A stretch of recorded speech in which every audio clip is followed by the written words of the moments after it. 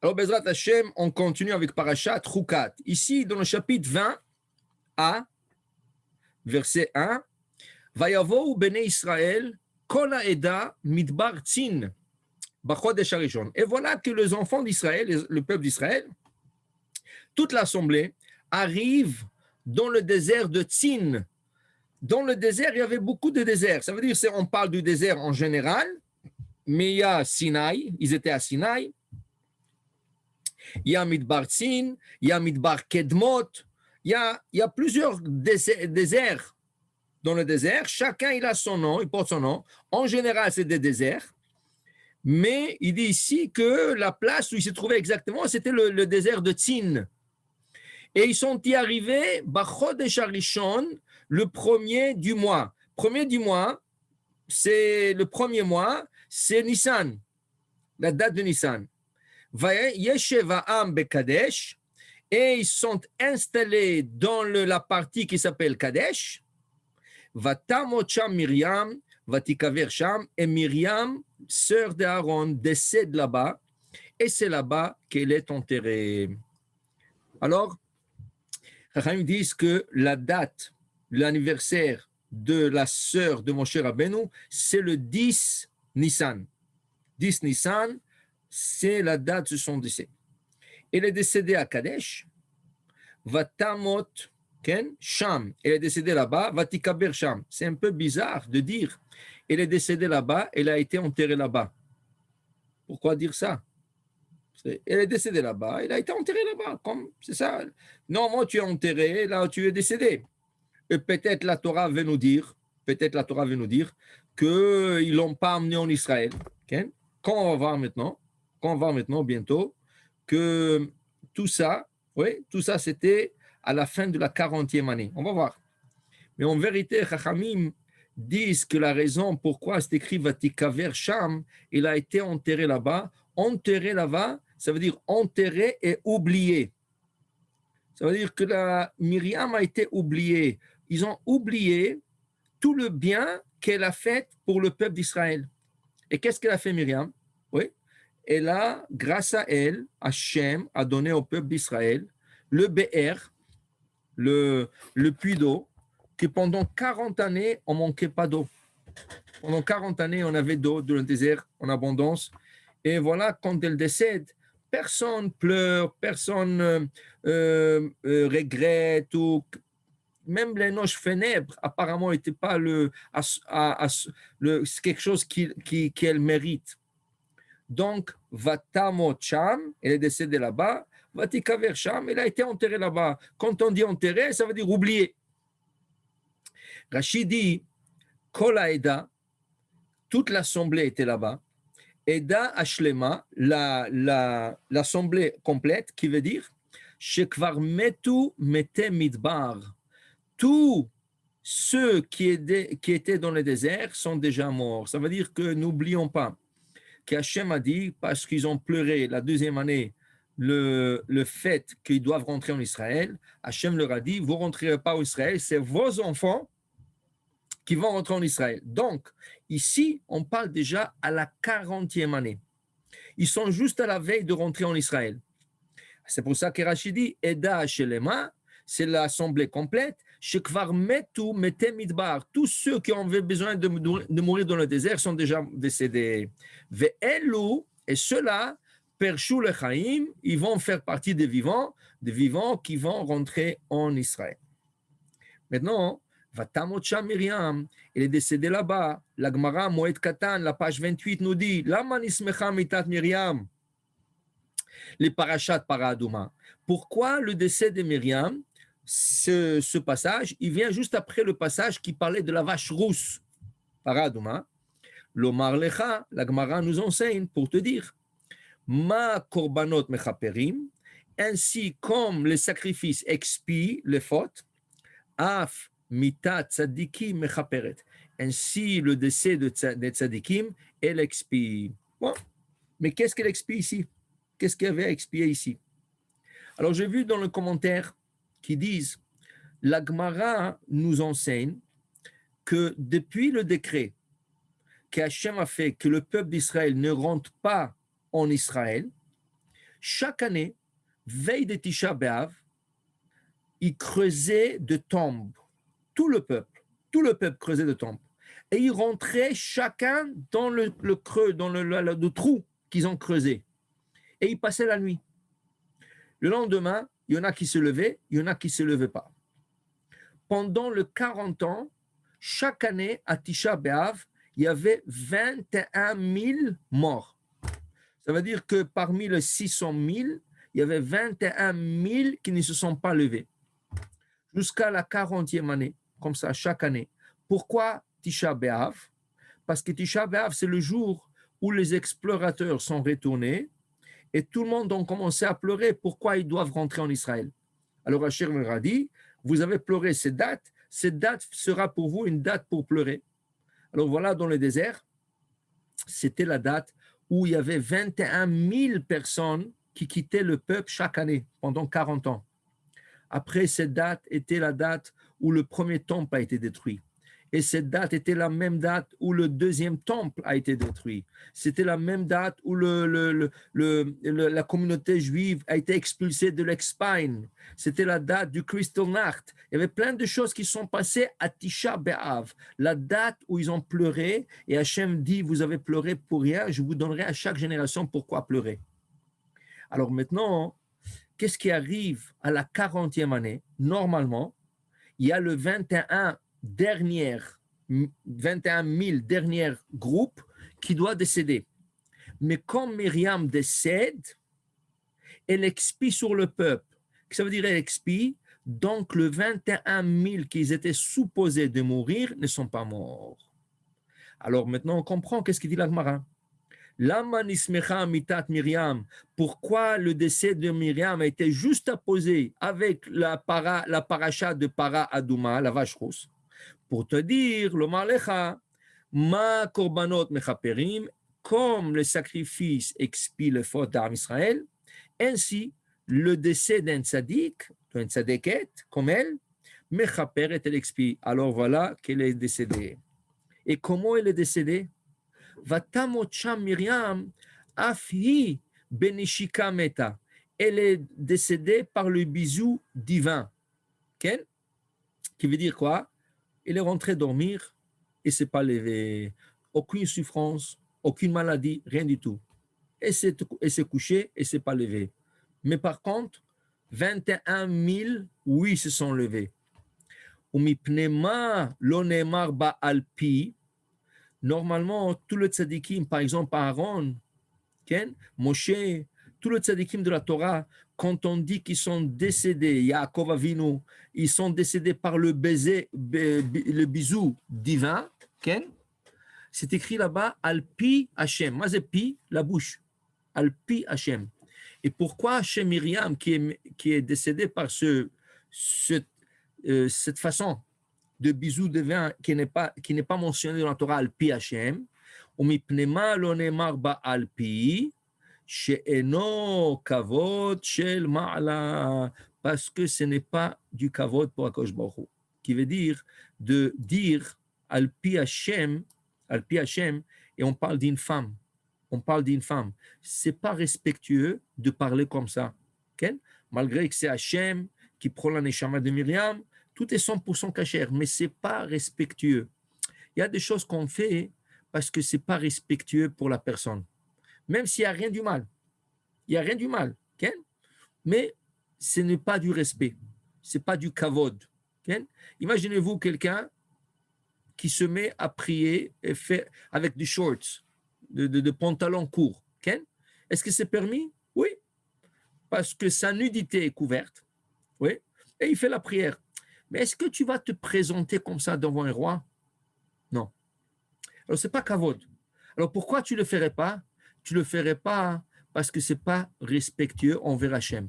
Ainsi, de dire dans la Torah que Myriam est décédée par un bisou divin, ce n'est pas kavod. Ce n'est pas quelque chose qu'on doit dire. Donc, il faut des fois penser, même les choses permises, il faut voir si elles sont respectueuses. Si ce n'est pas respectueux, donc ils vont mieux éviter ou ne pas écrire ou ne pas faire. Mais maintenant, puisque comme on a expliqué, Myriam est décédée, mais personne a pleuré comme il faut pour elle. Il fallait qu'il fasse des éloges funèbres, il fallait qu'il fasse la shiva comme il faut et tout ça, et ça n'a pas été fait. Tout de suite, qu'est-ce qu'on voit? Velo aya maim laeda. Du coup, il manquait de l'eau. Il n'y avait plus de l'eau pour l'assemblée. Vaïkalu al Moshe et Aaron. Ils se sont rassemblés contre Moshe et Aaron. Et pourquoi il n'y avait pas d'eau? Simple. C'est grâce à Myriam, oui, c'est grâce à Myriam qu'on avait l'eau pendant toutes les années. Okay? Pendant toutes ces années, on avait de l'eau grâce à elle. Maintenant qu'elle est décédée, et personne ne prend ça au sérieux, personne pleure pour elle, personne regrette pour elle. Alors Hachem dit, vous ne méritez pas son cadeau. Dans ce cas, Hachem a repris le BR, il a repris le puits de Myriam. Et là, qu'est-ce qui arrive? Ils sont tous ramassés contre Moshe et Aaron. Vayarev ha'am im Moshe. Et ils se sont mis à se disputer. Vayarev riv, dispute. Ils se sont mis à se disputer avec Moshe. Vayomru les morts. Et ils lui disent, Velu gavanu bigva achenu lifnei Hashem. Lugavanu alvai shegavanu. Ils ont dit qu'on aurait dû mourir. Ça aurait été mieux de mourir quand nos frères sont décédés. Okay? Mais les autres frères, comment ils sont décédés? Il y en a qui sont décédés par le feu. Korach est décédé parce qu'il a été englouti dans la terre. Il y avait le Kivrotatava, il y avait la Sélave, les gens qui sont morts avec la caille, qui a volé et qui les a frappés, qui sont morts. Alors ils disent, l'Imed, c'est si on nous enseigne, quand ils ont dit, on aurait préféré de mourir comme nos frères, qu'est-ce que ça veut dire on aurait préféré? Ça nous enseigne, dit Rashi, l'imed shemitat sama meguna mimena. La pire de mort, c'est la mort en soif. C'est pire que la mort en faim. C'est quelqu'un qui crève de faim et il meurt de ça. C'est pas aussi grave que quelqu'un qui crève de soif. C'est un mort plus cruel, c'est un mort plus dur. Alors c'est pour ça qu'ils ont dit on aurait dû mourir avec nos frères. Okay? Maintenant, qu'est-ce qu'il continue à dire? Velama avetem et kal Hashem el hamidbar hazeh lamut sham anachnu v'irenu. Pourquoi vous nous avez emmenés ici, de mourir ici dans ce désert, nous et nos troupeaux? Il n'y a pas de l'eau, ni pour les hommes, ni pour les animaux. Alors tous ils vont mourir. Alors pourquoi vous avez emmené ici? Velama eilitunu mitzrayim. Et pourquoi vous en avez sorti de l'Égypte? La viotano et la makom ara azé, de nous emmener à ce mauvais endroit. L'homme est comme zera, c'est pas un endroit qu'on peut planter, semer. Utena, il n'y a pas ici de figues. Vegefen, il n'y a pas ici de raisins. Verimon, il n'y a pas ici de grenades. Est-ce que ces trois fruits sont familiers pour vous? Oui, c'est les trois fruits qui ont emmené le Meragelim, les explorateurs. Qu'est-ce qu'ils ont emmené? Une grappe de raisin, ils ont emmené une figue et ils ont emmené une grenade. Et ils disent, ici, dans cet endroit, il n'y a ni des grains qu'on peut planter, ni de figues, ni de raisins, ni de rimonim, ni de grenades. Umaim, aïn lishtot, il n'y a même pas de l'eau à boire. Oublie d'irriguer des arbres et d'abreuver des troupeaux. Il n'y a même pas à boire pour l'homme. ויבוא משה ואהרון מפני הקהל אל פתח אוהל מועד, ויפלו על פניהם, וירא כבוד אדוני אליהם. Et Moshe et Aaron, qu'est-ce qu'ils font? Quand toute l'assemblée se ramasse sur eux, alors vite ils rentrent dans la tente d'assignation, là où Hachem il parle à Moshe. ויפלו על פניהם, ils se mettent par terre, et là Hachem se paraît, וירא כבוד Hachem עליהם, Hachem s'est apparu à Moshe et Aaron. וידבר אדוני à Moshe לאמור. Et Hachem dit à Moshe en disant, קח את המטה, prends le bâton, והקהל את העדה, et ramasse l'assemblée, כן? Réunis l'assemblée. אתה ואהרון, אחיך, toi et Aaron ton frère, ודיברתם אל הסלע, et vous allez parler au rocher. les Enehem devant eux, qui le voient, Venatan Memav, et il va donner ses eaux. Et tu vas faire sortir de l'eau de ce rocher, et tu abreuveras l'assemblée et leur troupeau. Okay? Ici, il y a beaucoup de détails qu'il faut analyser. Hachem dit à Moshe, Kachetamate, prends le bâton. Quel bâton? Okay? Il y a 3 possibilités de bâtons ici. 3 bâtons. Le bâton de Moshe.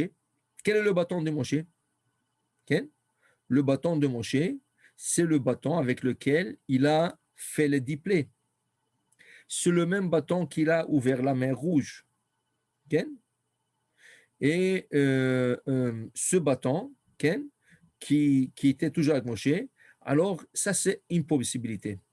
Deuxième possibilité, c'est le bâton d'Aaron. Prends le bâton d'Aaron. Okay? Mais cette deuxième possibilité renferme en elle la troisième possibilité. Qui veut dire, en vérité, c'est 2, c'est pas 3. Ça veut dire quoi? Ça veut dire que la semaine dernière, dans Parashat Korach, okay, qu'est-ce qui est arrivé au bâton d'Aaron?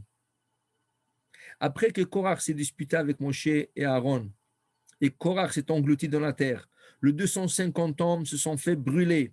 Okay? Et il y avait une plainte que la prêtrise, pour qui c'est qui va être le grand prêtre ou pas, qu'est-ce qu'Hachem dit? Je ne veux plus entendre cette plainte. Donc, il dit à Moshe, prends le bâton d'Aaron, ramasse-moi 12 bâtons.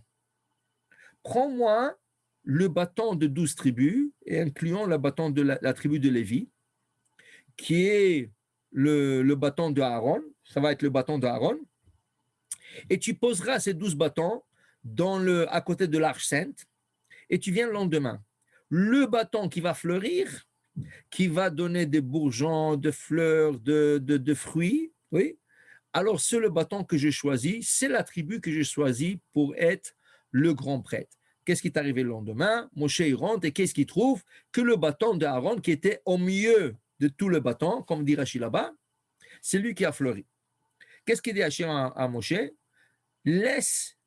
Retourne tout le bâton aux autres princes, sauf le bâton d'Aaron, tu le laisses ici à côté de l'arche sainte.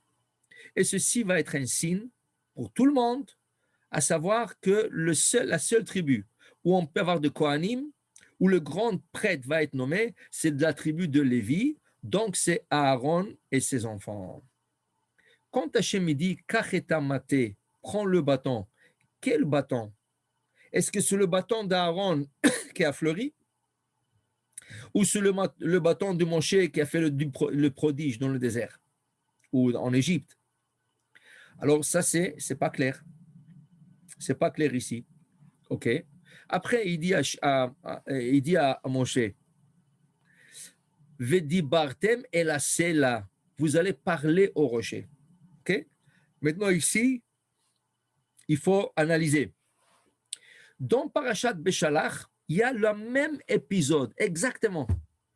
Ils sont sortis de l'Égypte, ils sont rentrés dans le désert, il n'y avait plus d'eau. Hachem dit, voilà, tu vois le Sela, tu vois le rocher là-bas, ça c'est un puits, c'est pas un rocher, c'est un puits.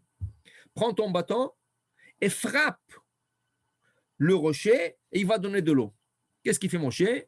Il prend le bâton, il frappe le rocher, il y a de l'eau qui commence à couler, et au Hachem, tout le monde sont désoiffés, tout le monde sont abreuvés.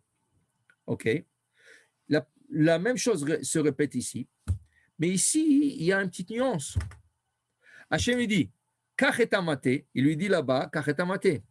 Là-bas, il lui dit, Vi kita et asela, frappe le rocher. Ici, il lui dit, Vedibarte melasela, vous allez parler au rocher. Devant eux, devant l'assemblée. Venatan memav, et le rocher va donner ses eaux. Et tu feras sortir de l'eau, minasela, de ce rocher. Vishkita et taïda, et tu vas donner à boire à l'assemblée et Béiram et à leurs animaux. Donc, ici, Hachem lui dit, prends le bâton. Mais pourquoi prendre le bâton? S'il s'agit de parler au rocher, Pourquoi Hachem lui dit Kach et Amaté? Ok? On garde cette question et on passe au suivant et on revient. Vaikach Moshe et Amaté melifne Hachem kasher tzivao. Là, une seconde, qu'est-ce qui se passe ici? Et Moshe prend le bâton devant Hachem. Pourquoi est-ce écrit devant Hachem? Selon certains commentateurs, ce n'était pas le bâton de Moshe, c'était le bâton d'Aaron. Car le bâton de Moshe était dans sa main. Et pourquoi est-ce écrit Melifne Hachem? Quel est le bâton qui était devant Hachem? C'est le bâton d'Aaron, qui était justement devant l'arche sainte. Comme la semaine dernière, c'est écrit Vinarto Lifne Hachem. Tu le mettras devant l'Éternel. L'Éternel, ça veut dire l'arche sainte. Et les 10 commandements, les 10 commandements dans les tablettes. Donc ici, on doit comprendre, Vaikach Moshe et Amatem Milifne Hachem, c'est le bâton qui était devant Hachem, le bâton d'Aaron. Mais il y en a des autres qui disent non, Milifne Hachem, ça veut dire quand il était devant Hachem, il a pris son bâton à lui. Donc il y a un machloket ici entre le commentateur, de quel bâton nous parlons? De quel bâton nous parlons? Ka'asher tzivao, comme il a ordonné. Vayakilu Moshe va Aaron et Akaal el Penea Sela. Et Moshe et Aaron ramassent toute l'assemblée devant le rocher. Okay? Le rocher, ça veut dire le rocher spécial, le rocher connu, le rocher qui toujours les a accompagnés, qu'ils ont connu, qu'ils savaient que c'est le rocher qui donnait toujours l'eau. Vayomer Lahem, ça veut dire que le BR, de là on comprend que la forme du puits qui les a suivis, c'était une forme d'un rocher. C'est comme un grand rocher. Et comme Rabbi Shimon Bar Yochai nous explique dans le Zohar, que les 12 princes de 12 tribus venaient, et quand ils stationnaient, le rocher était là, et ils traçaient avec leur bâton une ligne droite du rocher vers la tribu. Alors, comment ils étaient, comment ils disposaient? Ils étaient 3 tribus au nord, 3 tribus au sud, 3 tribus à l'est et 3 tribus à l'ouest. Donc, le rocher s'est placé quelque part, et chacun venait, il traçait avec son bâton à lui une ligne du rocher jusqu'à sa tribu. Dit Rabbi Shimon Bar Yochai, qu'est-ce qui est arrivé? Du coup, le rocher commençait à couler, selon l'ordre de Moshe, il commençait à couler. Et là, la petite ligne par terre devenait de plus en plus large jusqu'à ce que ça devenait un canal. Et là, l'eau jaillissait du rocher, elle remplissait le canal et c'est devenu comme un petit ruisseau. Et chaque tribu avait sa source d'eau. Donc, il n'y avait pas une source, il y avait 12 sources d'eau.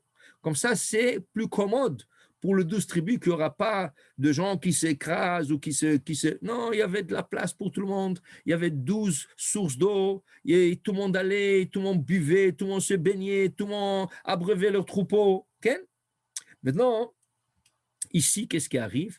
Moshe, il ramasse tout le peuple d'Israël devant ce rocher connu. Vayomer lahem, et il leur dit, Shim'una amorim, écoutez-vous les têtus. Il s'énerve. Écoutez-vous les têtus. Amina sela azen otzin lachemaim. Est-ce que vous voulez que je vous fasse sortir de cet rocher de l'eau? Ça veut dire quoi? Mais Hachem lui a dit, oui. Hachem lui a dit, parle au rocher, donne-leur de l'eau. Pourquoi il leur dit ça? Pourquoi il leur dit des têtus?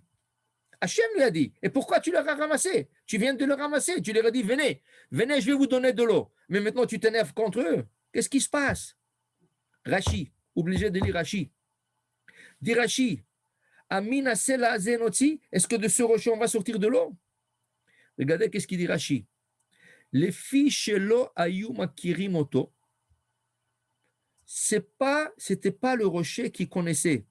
Du coup, ce rocher qui est devant eux, c'est pas le même rocher qui les a accompagnés 40 ans. La forme était différente. Le Ayuma Kirimo te dit, mais c'est pas ça. C'est pas ça qui donnait de l'eau pendant 40 ans. Pourquoi? Les filles Sha'alach Sela Veyashav lo ben Selaim. Le rocher est parti et il s'est mis parmi des autres rochers. Ce rocher qui les a accompagnés toujours s'est mélangé avec des autres rochers dans le désert. Donc, ils n'arrivaient pas à le trouver. Ils n'arrivaient pas à le situer. Kshenistalek be'er, Ça, c'est après le décès de Myriam, après que le Be'er a disparu. Vayu Israël omrim lahem. Donc, le peuple d'Israël disait à Moshe et Aaron, il disait à Moshe et Aaron, dites-nous, ok? Malachem, mais ezesela tutsi ulanu maim. Qu'est-ce que ça vous regarde à vous, Moshe et Aaron? De quel rocher va couler l'eau? Vous avez un rocher ici, frappez-le, parle-le, qui donne de l'eau. Mais quelle est la différence pour vous? Un rocher, c'est un rocher, ce n'est pas une différence parce que c'est un miracle. De toute manière, c'est un miracle. Alors, quelle est la différence pour vous de parler à ce nouveau rocher? Oui, ce n'est pas le même, on est d'accord. Ce n'est pas le même rocher qui nous a accompagnés 40 ans. Mais quelle est la différence pour vous de parler à ce rocher ou le frapper et nous donner de l'eau? Alors Moshe, il dit, les kachamar lahem. C'est pour ça que Moshe s'énerve avec eux. Hamorim, sarvanim, vous êtes des têtus. Ken? Ça, c'est la shon arami, c'est en grec. Shotim, de sceau. Morim et moreem. Vous êtes en train d'enseigner à vos enseignants. Quand vous voulez montrer à vos enseignants quoi dire, quoi faire, vous allez me dire à moi quoi faire, dit Moshe. Est-ce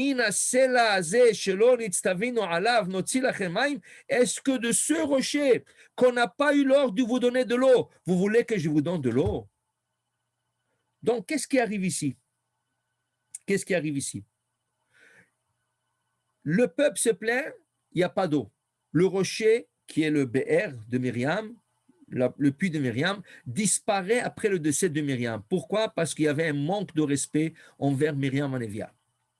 Le peuple se ramasse contre Moshe et Aaron, ils commencent à disputer avec eux. Moshe et Aaron rentrent dans la tente d'assignation. Hachem dit, oui Moshe, pas de problème, prends le bâton et tu vas parler au rocher qui donne de l'eau. Alors Moshe et Aaron sortent, ils ramassent toute l'assemblée devant le rocher, mais là ils remarquent que ce n'est pas le rocher qu'ils avaient l'habitude de voir. Et le peuple dit, mais qu'est-ce que ça vous regarde? Rien que parler à ce rocher qui nous donne de l'eau. Et Moshe s'énerve, quoi? Vous êtes des têtus, vous pensez que vous allez me dire quoi faire, vous allez m'enseigner quelque chose qu'Akadosh Baruch Hu m'a pas dit. Hachem m'a dit le rocher, c'est le rocher qu'on avait l'habitude de voir à 40 ans, c'est pas ce rocher-là, donc je ne peux pas vous donner de l'eau, alors qu'à quoi vous mêlez? Il s'est énervé contre eux. Il y avait tout un balagan. Alors qu'est-ce qui arrive entre-temps? Vayare Moshe et Yado, Moshe lève sa main, Vayach et asela bemateu pa'amaim. Et là, il frappe le rocher 1, 2. Pourquoi 2? Une fois, paf. Pourquoi 2? La première fois, dans Parashat Beshalach, quand il a frappé le rocher, il a donné un petit coup et ça a commencé à couler de l'eau. Pourquoi ici il a donné 2? Pourquoi la Torah précise? Il a donné 2 coups. La Torah nous dit Vayitz'u ma'im rabim. Du coup, il y a beaucoup d'eau qui est sortie de ce rocher. Vatesh ta'ida ubiram. Et tout le monde a commencé à boire, à se désoiffer et à breuver leur troupeau. Si je vois Parashi, si je regarde Parashi, qu'est-ce que je dois comprendre de ce texte? Moshe lève la main, frappe le rocher 2 fois. Quel rocher? Ce même rocher qu'il a dit, c'est pas le rocher que j'avais l'ordre de vous donner de l'eau. Alors, il s'énerve et il prend le bâton, il frappe, paf, paf. Et du coup, l'eau coule. Alors, ce n'est pas le même rocher? Une seconde. Pas Amaïm, il a frappé le rocher 2 fois. Pourquoi 2 fois d'abord, dit Rashi? Pourquoi 2 fois?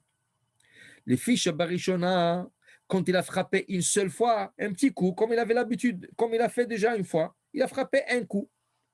L'eau otsi et la tipine. Qu'est-ce qui a coulé du rocher? Des gouttes. Il voyait le rocher commencer à goûter. Mais qui c'est qui peut s'abreuver? Tu as 3 millions de personnes à désoiffer. Avec des gouttes, ça ne donne rien du tout.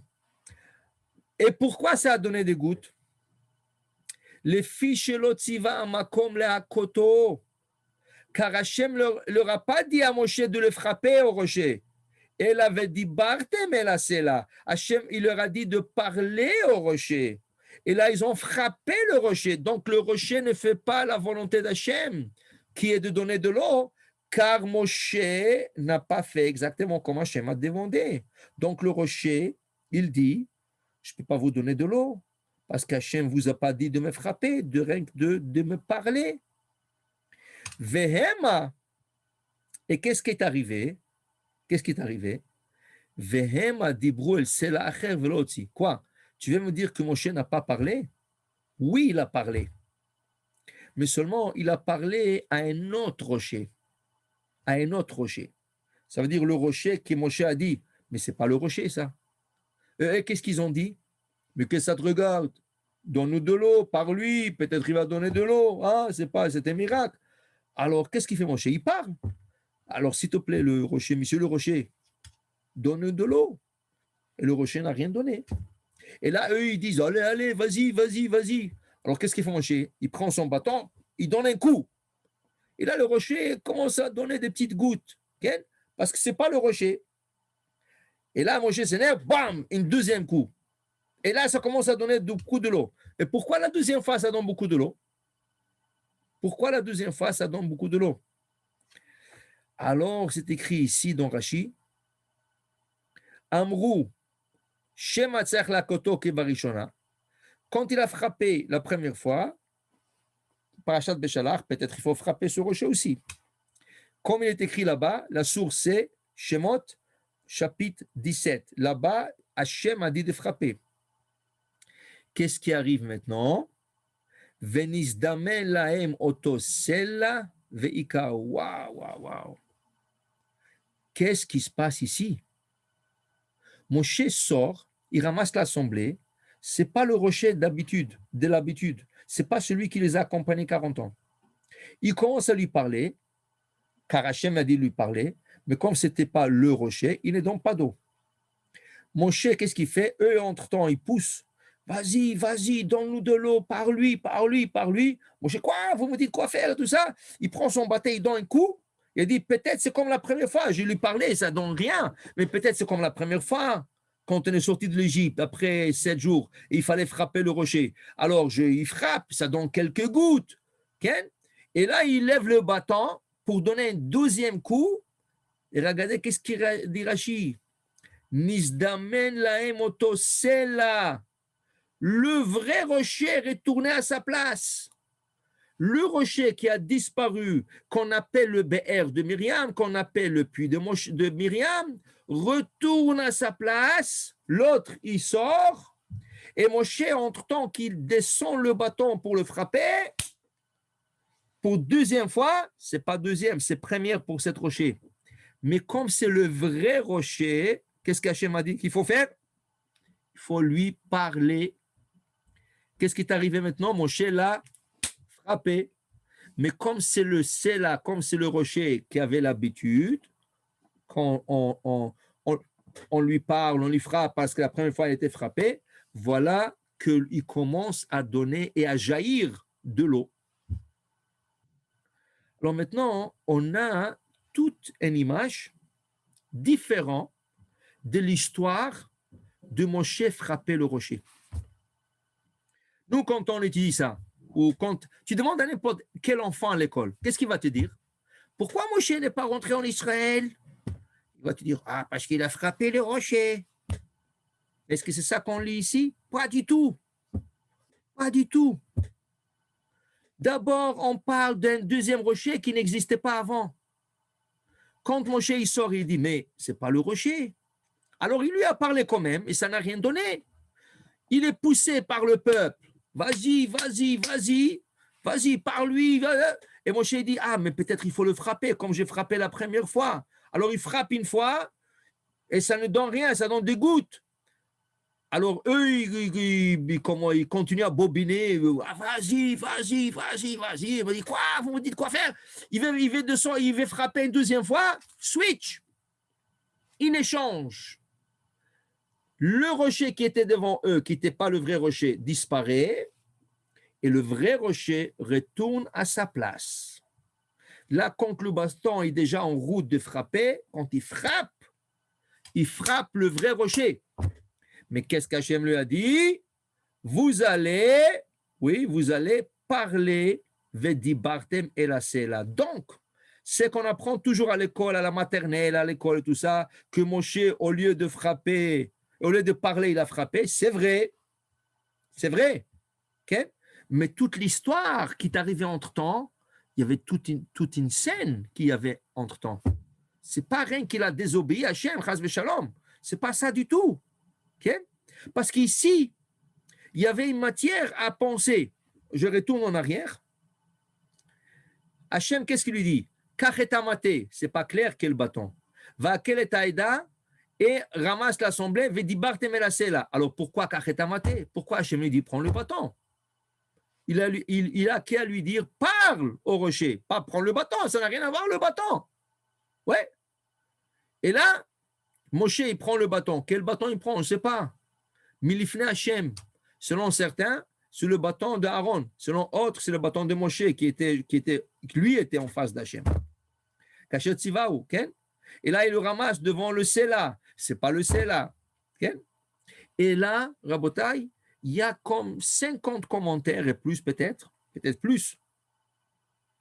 Pourquoi Moshe a été puni de ne pas rentrer en Israël?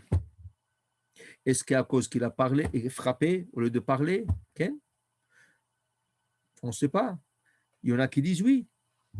Est-ce que c'est à cause des autres raisons? Je vous dis, il y a 50 plus peut-être. Okay? Quelles peuvent être des autres raisons? Le Rambam, le Maïmonide, il explique la raison pour lui, la raison pourquoi Moshe ne rentre pas en Israël, parce que Moshe s'énerve.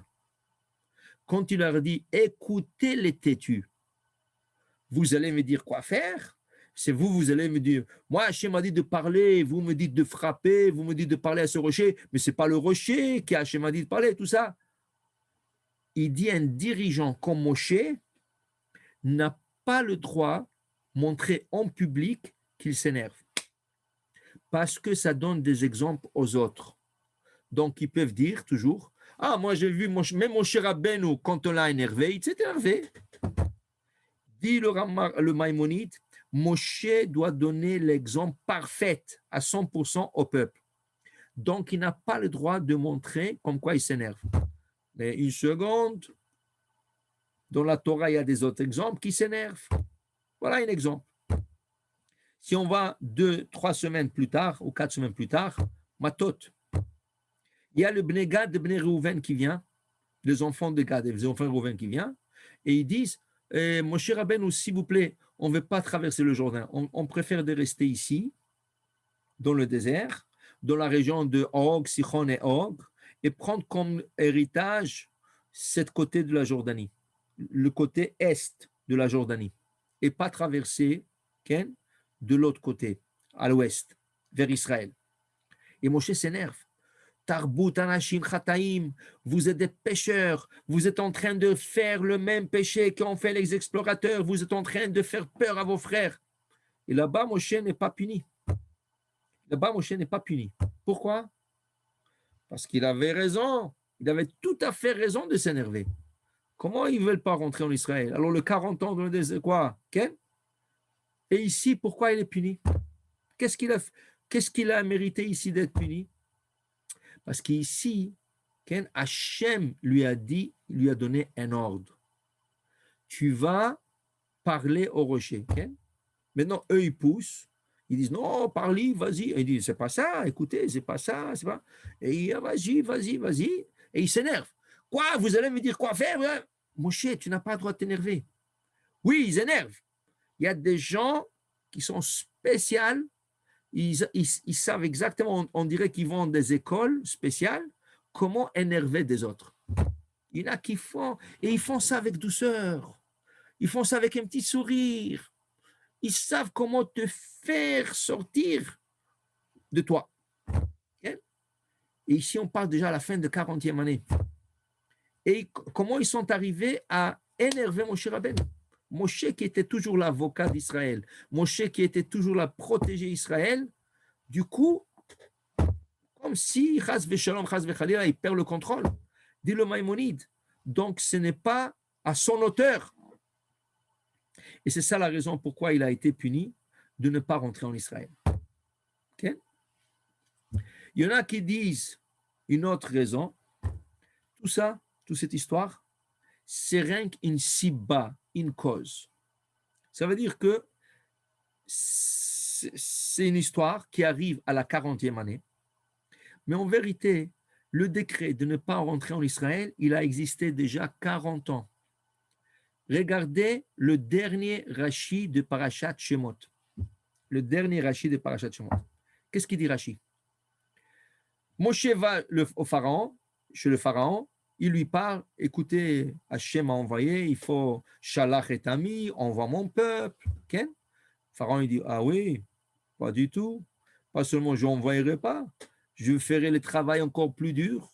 Je donnerai plus de briques. C'est eux qui vont ramasser la paille, préparer les briques, qui vont construire. Et s'ils ne fournissent pas la même quantité de briques, je vais le frapper. Okay? Moshe, qu'est-ce qu'il fait? Il a tellement mal pour le peuple d'Israël, il va chez Hachem. Ouais, Hachem, pourquoi tu m'as envoyé? Tu as fait mal à ce peuple. Mais qu'est-ce que tu voulais de moi? Je te dis, 7 jours, ça fait 7 jours qu'on a argumenté. Je te dis que je ne voulais pas aller. Tu m'as forcé d'aller. Hachem dit, oh, comment tu me parles? Je suis Hachem. Et comment tu penses comme ça? Est-ce que tu penses vraiment qu'il est capable de faire quelque chose? C'est moi qui dirige. Qu'est-ce que tu as peur de lui? Et tu me parles comme ça? Alors, tu sais quoi?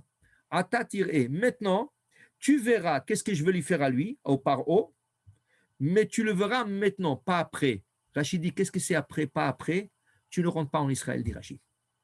Déjà, la première fois où il est venu en Égypte, il y avait un décret sur Moshe Rabbeinu qui ne rentre pas en Israël. Mais personne ne le sait. Personne ne le sait. Okay? Et Hachem lui a dit, maintenant tu verras. Mais il ne lui a pas donné exactement le détail. Et voilà que Moshe, il dirige le peuple d'Israël. Ils ont été punis, eux, ils étaient punis 40 ans. Il est resté 40 ans de plus. Shlach lecha, envoie pour toi des espions, car ça ne va pas réussir. Et le bienfait de ça arrive pour toi, c'est Moshe. Parce que normalement, si tu ne rentres pas en Israël, il y a déjà un décret en Égypte. Il ne rentre pas en Israël. Mais maintenant, il ne sait pas encore. Alors il dit, tu sais, si tu vas envoyer des espions, ça va être bien pour toi. Ce n'est pas pour eux, mais pour toi. Pourquoi? Parce que maintenant qu'il va être décrété 40 ans de tour, ils vont tourner dans le désert, Moshe va gagner 40 ans de vie. Et voilà, la 40e arrive, la 40e année, voilà comme on vient de lire, elle arrive, et qu'est-ce qui arrive maintenant? Qu'est-ce qui arrive maintenant?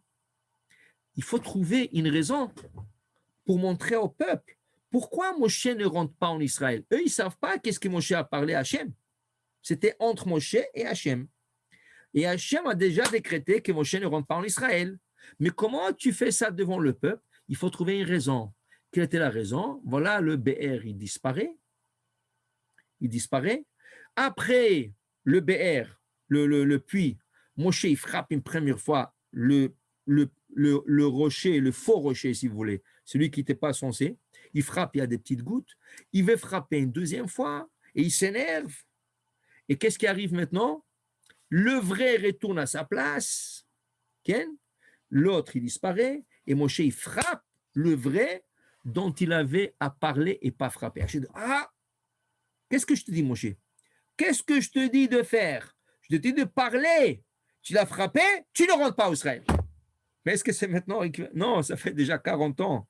Seulement, c'était une raison d'amener devant le peuple, devant toute l'assemblée. Voilà pourquoi Moshe ne rentre pas. Okay? Parce qu'il a frappé. Alors dites-moi, pourquoi Aaron ne rentre pas? Pourquoi Aaron ne rentre pas? Aaron, il n'a pas frappé le rocher. Aaron n'a pas mal parlé. Okay? Il n'a pas mal parlé à Hachem. Pourquoi il ne rentre pas? Okay? Mais est Hachem. Pourquoi Myriam ne rentre pas? Elle n'a rien fait, Myriam. Tu peux me dire, selon certains commentateurs, tu peux dire, tu sais pourquoi Aaron ne rentre pas? Parce qu'il était juste à côté de Moshe. Il fallait qu'il arrête. Quand Moshe a levé le bâton, il fallait que, ah, Moshe, mon frère, mon petit frère, il ne faut pas que tu frappes. Hachem ne nous a pas dit ça. Hachem nous a dit, Moshe parle. Et puisqu'il n'a pas intervenu, c'est comme s'il s'est associé à Moshe. Alors tu peux dire ça d'Aaron et Myriam, qui n'était même pas à côté d'eux. Pourquoi elle ne rentre pas en Israël? Qu'est-ce qu'elle a fait, elle? Okay? Alors, tout ça, c'est des sibot met Hachem. Ça vient d'Hachem. OK? Alors maintenant, Hachem va leur dire, OK? Vayomer Adonai el Moshe vel Aaron, Ya'an lo e'emantem bilagdisheni le'ene bnei Israël, parce que vous n'avez pas fait, vous n'avez pas sanctifié mon nom devant le peuple d'Israël, la reine l'otaviu takal azeh et la haaretz achatet ilahem. Ça, c'est la raison pourquoi vous ne rentrez pas en Israël. Mais on a dit, ce n'est pas la raison. C'est la siba. Okay? Alors, on appelle ça, le Rav Chaim Brisk, il appelle ça le Mesovev. Il y a siba, il y a Mesovev. Donc, il y a un décret, et maintenant, il faut tourner les choses pour que ce décret arrive. Alors, c'est le Mesovev. Le Mesovev, la raison, comment ça va tourner? Parce qu'ils ont frappé au lieu de parler. Mais la siba, la vraie raison, c'est parce que Moshe, il s'est mal adressé à Hachem pour la première fois quand il est parti en Égypte et le paro est devenu plus dur. Et qu'est-ce que la Torah dit? Ya'an lo e'eman tembi. C'était un manque de croyance en moi. Dit Rashi, Gila akatuv. Le verset nous dévoile, Shilule chetze bilvad. Si ce n'est pas à cause de cette seule faute qu'ils avaient les deux, Moshe et Aaron, ayu nichnasim la'aretz. Ils seraient rentrés en Israël. כן? כדי שלא יאמרו עליהם כעוון שאר המדבר שנגזר עליהם שלא יכנסו לארץ, כך היה עוון משה ואהרון. Pour qu'on ne dise pas, ah, tu sais pourquoi Moshe et Aaron sont décédés dans le désert? Parce qu'ils ont fauté dans le Meraglim, dans les explorateurs, comme les restes. Non. Donc la Torah, elle vient, il écrit Lo et emantem bino. C'est pas à cause des explorateurs qui ne rentrent pas en Israël. C'est pas à cause qu'ils doivent décéder comme les autres. C'est à cause qu'ils ont frappé et pas parlé. Alors il dit ici, la Gdisheni, vous aurez dû me sanctifier. Pourquoi? C'est là, si vous avez parlé au rocher, et il aurait sorti ses eaux. Je me serais sanctifié devant le peuple en disant quoi? Et l'assemblée aurait dit, Ma c'est comme ce rocher, Sheno medaber, qui ne parle pas, Veno shomea, qui n'entend pas, Veno tzarech le parnassa, il n'a pas besoin de la parnassa, que demander à Hachem, donne-moi de la parnassa. Mekayem diburo shel makom, le rocher fait la volonté d'Hachem, tout ce qu'Hachem lui dit, il fait, Kal vachomer anu, à plus forte raison nous. Donc, Rachidi, s'ils auraient parlé au rocher et le rocher aurait donné de l'eau, le peuple d'Israël aurait dit, waouh, c'est extraordinaire. Ce rocher qui ne parle pas, qui ne voit pas, qui n'entend pas et qui n'a pas besoin de parnassa d'Hachem, mais dès qu'Hachem lui parle, il est prêt à donner de l'eau. Nous que nous parlons, que nous écoutons, que nous voyons et que nous avons besoin d'Hachem pour nous nourrir, à plus forte raison que nous devons faire la volonté d'Hachem. Cet manque qu'il y a maintenant, que le peuple n'a pas vu cette sanctification publique, à cause de ça, Moshe et Aaron, vous ne rentrez pas en Israël. Okay? Vaikdash bam, shemetu Moshe et Aaron al yadam, à cause de ça, Moshe et Aaron décèdent dans le désert, Akosh Baruch Hu ose din b'mkudashav, et quand Akosh Baruch Hu est strict avec le gens le plus proche de lui, où Yaroui, il y a de la crainte qui s'ajoute vers les autres, ou mitkadesh la beriot, et la sanctification se fait. Alors maintenant, la sanctification se fera comment?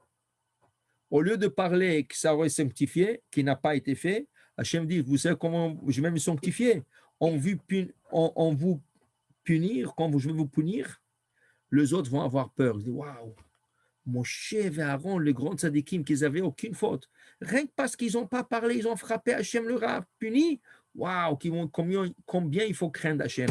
Et ça, c'est la sanctification devant tout le monde. Donc, pour vous dire, voilà, ce soir, on a eu 3 explications parmi 50, et plus peut-être. Pourquoi Moshe et Aaron ont été punis? Est-ce que ce n'est pas à cause qu'ils n'ont pas parlé? Est-ce que c'était rien qu'une raison pour emmener le décret qui a été décrété il y a 40 ans? Est-ce que c'est à cause que Moshe s'est énervé? Pas parce qu'il a parlé, qu'il s'est énervé. Hein?